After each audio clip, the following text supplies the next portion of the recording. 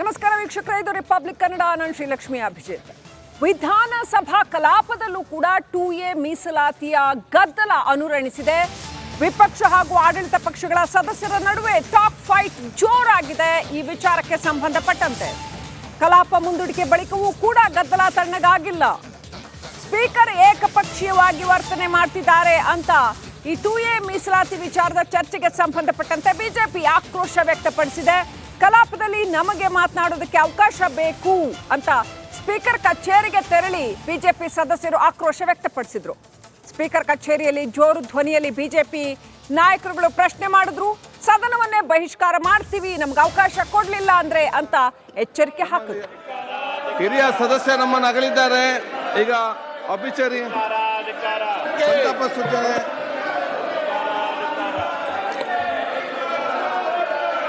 ಸನ್ಮಾನ್ಯ ಅಧ್ಯಕ್ಷರೇ,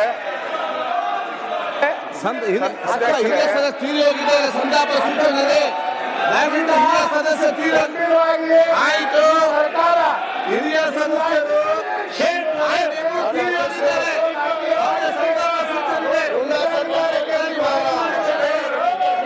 ಸಂತಾಪ ಸೂಚನೆ ಇದೆ. ಜಯಣ್ಣ ಮತ್ತು ಆರ್ ನಾರಾಯಣ ಜಯಣ್ಣ ಮತ್ತು ಆರ್ ನಾರಾಯಣ ಅವರು ತೀರಿ ಹೋದ ಸಾರನ್ನ ಸಂತಾಪ ಸೂಚನೆ. ಬಿಜೆಪಿ ಅವರು ಎಲ್ಲ ಸದಸ್ಯ ಅರ್ಥ ಮಾಡಿಕೊಳ್ಳಿ. ನಾವು ನೀವು ಯಾರು ಪಾಲ್ಗೊಳ್ಳಲ್ಲ, ನಾವು ನೀವು ಯಾರು ಪಾಲ್ಗೊಳ್ಳಲ್ಲ. ನಾಳೆ ನಾವು ಆಲೋಚನೆ ಮಾಡಿ ನಿಮ್ಮ ಸಂತಾಪ ಬಂದಾಗ ಮತ್ತೆ ಇಲ್ಲಿ ಯಾರು ಮಾತ್ರ ಏನಾಗುತ್ತೆ ವಿಚಾರ. ಇವತ್ತು ವಿರೋಧ ಪಕ್ಷ ಸಂತಾಪ ಸೂಚನೆ ನೀವು ಸ್ವಲ್ಪ ಗೌರವ ಕೊಡದೆ ಕೆಲಸ ಮಾಡಿ. ಮತ್ತೆ ಬೊಬ್ಬೆ ಹೋಗ್ಬೇಡಿ. ಯಾಕಂದ್ರೆ ಒಂದು ಅರ್ಥ ಮಾಡಿಕೊಳ್ಬೇಕು. ಹಿರಿಯ ಸದಸ್ಯರು ನಿಮ್ಮಾಗೆ ಇಲ್ಲಿ ಬಂದು ಕೂತ್ಕೊಂಡಾಗೆ ನಿಮ್ಮಾಗೆ ಇಲ್ಲಿ ಬಂದು ಈಗ ನಮ್ಮಲ್ಲಿ ಹಿರಿಯ ಸದಸ್ಯ ನಮ್ಮನ್ನು ಅಗಲಿದ್ದಾರೆ. ಈಗ ಅಭಿಚರಿ ಸಂತಾಪ ಸೂಚನೆ.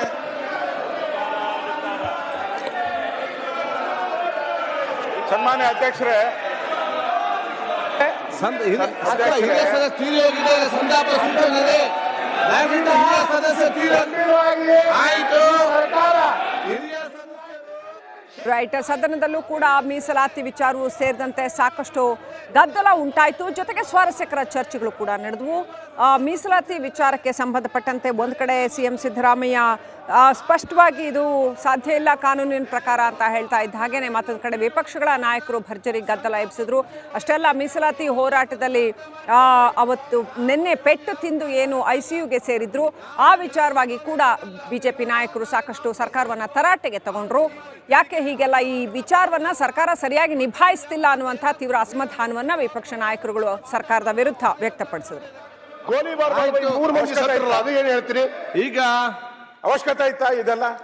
ನೋಡಿ, ಈಗ ನಾನು ಹೇಳೋದು, ಪೊಲೀಸ್ ಅಧಿಕಾರಿಗಳ ಯಾರವ್ರಿಗೆ ಸೂಚನೆ ಕೊಟ್ಟವರು ಲಾಠಿ ಚಾರ್ಜ್ ಮಾಡಬೇಕು ಅಂದ್ರೆ ಅಟ್ಲೀಸ್ಟ್ ಬಹಳ ಯೋಚನೆ ಮಾಡಬೇಕಾಗಿತ್ತು ಪೊಲೀಸರು. ಇವತ್ತು ಆ ಯೋಚನೆನೇ ಮಾಡದೆ ಇವತ್ತು ಅನಾಹುತ ಆಗಿದೆ. ಆದ್ರಿಂದ ಇದು ಸರ್ಕಾರದ ಫೇಲು. ಸಂತಾಪ ಸೂಚನೆ.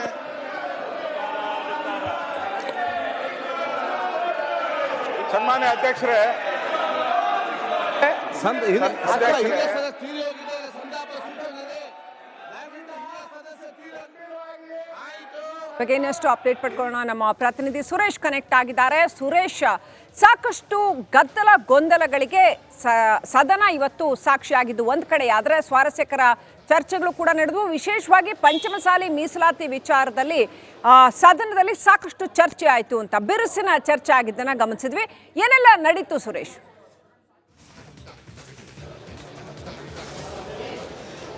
ಶ್ರೀಲಕ್ಷ್ಮಿ, ಏನು ಪಂಚಮಸಾಲಿ ಸಮುದಾಯಕ್ಕೆ ಮೀಸಲಾತಿಯನ್ನು ನೀಡಬೇಕು ಅನ್ನುವಂತಹ ಒಂದು ಒತ್ತಾಯ, ಆಗ್ರಹ ಏನಿದೆ ಸಮುದಾಯದಿಂದ ಬೇಡಿಕೆ ಹೆಚ್ಚಾಗಿದೆ. ಇದು ಕುರಿತಂತೆ ಕಳೆದ 2-3 ದಿನಗಳಿಂದ ಕೂಡ ಅಧಿವೇಶನದ ಮೇಲೆ ದೊಡ್ಡ ಮಟ್ಟದ ಪರಿಣಾಮಗಳು ಬೀರ್ತಾ ಇರ್ತಕ್ಕಂಥದ್ದು. ಒಂದು ಕಡೆ ಶ್ರೀಗಳು, ಬಸವಜಯ ಮೃತ್ಯುಂಜಯ ಶ್ರೀಗಳು ಯಾವುದೇ ಕಾರಣಕ್ಕೂ ಕೂಡ ನಾವು ಹಿಂದೆ ಸರಿಯೋ ಮಾತೇ ಇಲ್ಲ, ನಾವು ಮೀಸಲಾತಿನ ಪಡೆದೇ ತಿರ್ತೇವೆ ಅಂತಕ್ಕಂತಹ ಒಂದು ಮಾತನ್ನು ಹೇಳಿದರು. ಜೊತೆಗೆ ನಿನ್ನೆ ಅದು ಲಾಠಿ ಚಾರ್ಜ್ ಆಯಿತು, ಆ ನಂತರ ಅರೆಸ್ಟ್ ಆಯಿತು. ಅದೆಲ್ಲವೂ ಪರಿಷತ್ ಆಯಿತು. ಅದರಲ್ಲಿ ಪ್ರಮುಖವಾಗಿ ಇವತ್ತು ಮೊದಲನೇ ಬಾರಿಗೆ ಮೀಸಲಾತಿ ವಿಚಾರ ಕುರಿತಂತೆ ಇವತ್ತು ಸಿಎಂ ಸಿದ್ದರಾಮಯ್ಯ ಅವರು ಪ್ರಸ್ತಾಪವನ್ನು ಮಾಡಿದ್ರು. ಶೂನ್ಯ ವೇಳೆಯಲ್ಲಿ ಪ್ರಸ್ತಾಪ ಮಾಡಿದಂಥ ಸಿದ್ದರಾಮಯ್ಯನವರು ಆ ಒಂದು ಮಾತನ್ನು ಹೇಳ್ತಾರೆ.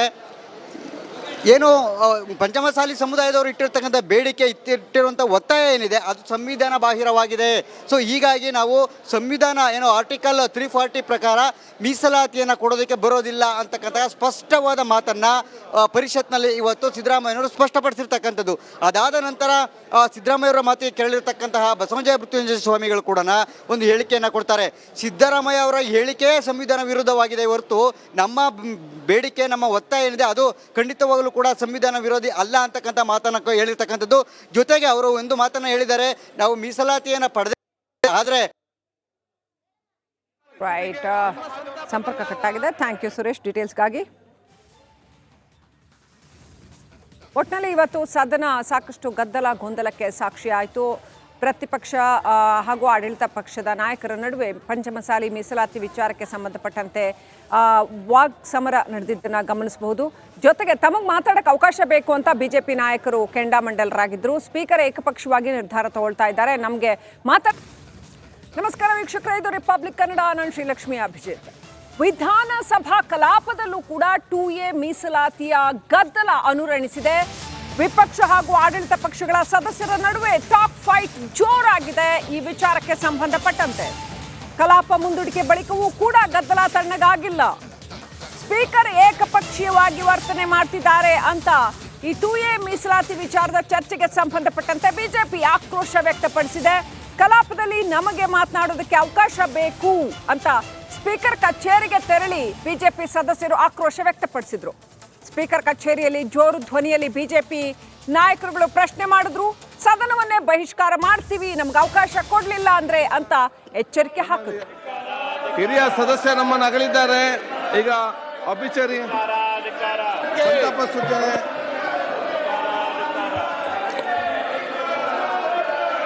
ಸನ್ಮಾನ್ಯ ಅಧ್ಯಕ್ಷರೇ, ಹಿರಿಯ ಸದಸ್ಯ ತೀರಿ ಹೋಗಿದ್ದಾರೆ. ಸಂತಾಪ ಸೂಚನೆ ದಯವಿಟ್ಟು ಹಿರಿಯ ಸದಸ್ಯ ಆಯ್ತು. ಹಿರಿಯ ಸದಸ್ಯರು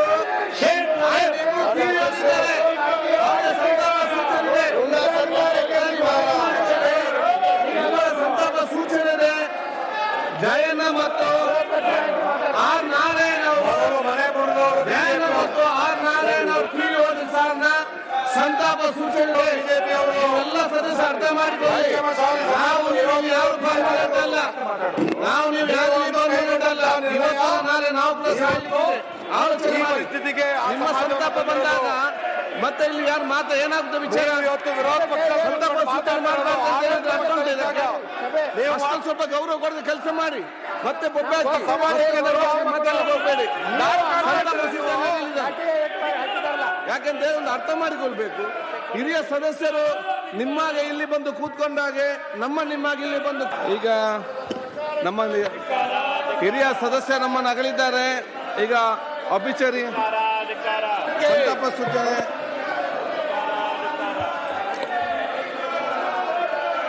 ಸನ್ಮಾನ್ಯ ಅಧ್ಯಕ್ಷರೇ, ಹಿರಿಯ ಸದಸ್ಯ ತೀರಿ ಹೋಗಿದ್ದಾರೆ. ಸಂತಾಪ ಸೂಚನೆ ದಯವಿಟ್ಟು ಹಿರಿಯ ಸದಸ್ಯ ಆಯ್ತು. ರೈಟ್, ಸದನದಲ್ಲೂ ಕೂಡ ಮೀಸಲಾತಿ ವಿಚಾರವೂ ಸೇರಿದಂತೆ ಸಾಕಷ್ಟು ಗದ್ದಲ ಉಂಟಾಯಿತು. ಜೊತೆಗೆ ಸ್ವಾರಸ್ಯಕರ ಚರ್ಚೆಗಳು ಕೂಡ ನಡೆದವು. ಮೀಸಲಾತಿ ವಿಚಾರಕ್ಕೆ ಸಂಬಂಧಪಟ್ಟಂತೆ ಒಂದು ಕಡೆ ಸಿಎಂ ಸಿದ್ದರಾಮಯ್ಯ ಸ್ಪಷ್ಟವಾಗಿ ಇದು ಸಾಧ್ಯ ಇಲ್ಲ ಕಾನೂನಿನ ಪ್ರಕಾರ ಅಂತ ಹೇಳ್ತಾ ಇದ್ದ ಹಾಗೇನೆ ಮತ್ತೊಂದು ಕಡೆ ವಿಪಕ್ಷಗಳ ನಾಯಕರು ಭರ್ಜರಿ ಗದ್ದಲ ಎಬ್ಸಿದ್ರು. ಅಷ್ಟೆಲ್ಲ ಮೀಸಲಾತಿ ಹೋರಾಟದಲ್ಲಿ ಅವತ್ತು ನಿನ್ನೆ ಪೆಟ್ಟು ತಿಂದು ಏನು ICUಗೆ ಸೇರಿದ್ರು ಆ ವಿಚಾರವಾಗಿ ಕೂಡ ಬಿಜೆಪಿ ನಾಯಕರು ಸಾಕಷ್ಟು ಸರ್ಕಾರವನ್ನು ತರಾಟೆಗೆ ತಗೊಂಡ್ರು.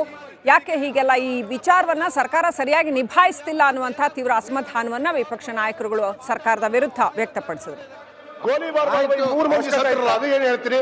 ಈಗ ಅವಶ್ಯಕತೆ ಇತ್ತಾ ಇದೆಲ್ಲ? ನೋಡಿ, ಈಗ ನಾನು ಹೇಳೋದು, ಪೊಲೀಸ್ ಅಧಿಕಾರಿಗಳ ಯಾರವ್ರಿಗೆ ಸೂಚನೆ ಕೊಟ್ಟವರು ಲಾಠಿ ಚಾರ್ಜ್ ಮಾಡಬೇಕು ಅಂದ್ರೆ ಅಟ್ಲೀಸ್ಟ್ ಬಹಳ ಯೋಚನೆ ಮಾಡಬೇಕಾಗಿತ್ತು ಪೊಲೀಸರು. ಇವತ್ತು ಆ ಯೋಚನೆನೇ ಮಾಡದೆ ಇವತ್ತು ಅನಾಹುತ ಆಗಿದೆ. ಆದ್ರಿಂದ ಇದು ಸರ್ಕಾರದ ಫೇಲು. ಸಂತಾಪ ಸೂಚನೆ.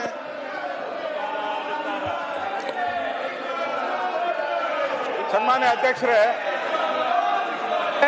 ಹಿರಿಯ ಸದಸ್ಯ ತೀರಿ ಹೋಗಿದ್ದಾರೆ. ಸಂತಾಪ ಸೂಚನೆ ದಯವಿಟ್ಟು ಹಿರಿಯ ಸದಸ್ಯ ಆಯ್ತು. ಬಗ್ಗೆ ಇನ್ನಷ್ಟು ಅಪ್ಡೇಟ್ ಪಡ್ಕೊಳ್ಳೋಣ. ನಮ್ಮ ಪ್ರತಿನಿಧಿ ಸುರೇಶ್ ಕನೆಕ್ಟ್ ಆಗಿದ್ದಾರೆ. ಸುರೇಶ್, ಸಾಕಷ್ಟು ಗದ್ದಲ ಗೊಂದಲಗಳಿಗೆ ಸದನ ಇವತ್ತು ಸಾಕ್ಷಿಯಾಗಿದ್ದು ಒಂದು ಕಡೆ, ಆದರೆ ಸ್ವಾರಸ್ಯಕರ ಚರ್ಚೆಗಳು ಕೂಡ ನಡೆದವು. ವಿಶೇಷವಾಗಿ ಪಂಚಮಸಾಲಿ ಮೀಸಲಾತಿ ವಿಚಾರದಲ್ಲಿ ಸದನದಲ್ಲಿ ಸಾಕಷ್ಟು ಚರ್ಚೆ ಆಯಿತು ಅಂತ, ಬಿರುಸಿನ ಚರ್ಚೆ ಆಗಿದ್ದನ್ನ ಗಮನಿಸಿದ್ವಿ. ಏನೆಲ್ಲ ನಡೀತು ಸುರೇಶ್?